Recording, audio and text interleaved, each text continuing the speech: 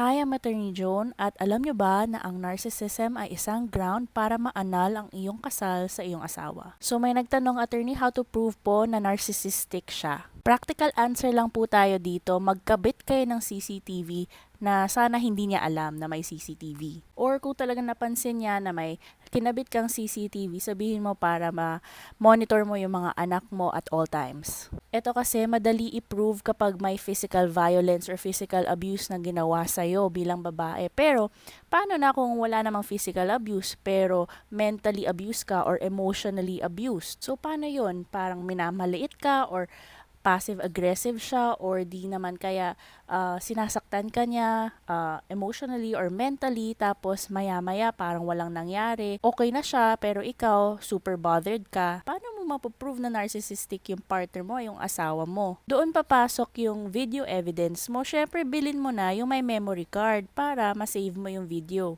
Hindi maiintindihan ng ibang tao kung ano yung sinasabi mong abuse na nararamdaman mo o ginagawa sa'yo kasi ibang tao yung pinapakita ng narcissistic asawa mo sa ibang tao compared sa kung anong ginagawa niya behind closed doors na sa bahay lang na kayong dalawa lang or kayong pamilya lang. To other people, hindi nila aakalain na ganun pala yung partner mo, ganun pala yung asawa mo kasi to them, napakabait niyan, ibang tao yan. So kung ako sa'yo, mag-invest ka ng CCTV camera in your home kahit 2 to 3 so that ma-protect ka at mahiwalayan mo or maiwan mo yung narcissistic abusive partner mo. Because remember, your safety and well-being, they are your rights in a marriage, not just a privilege.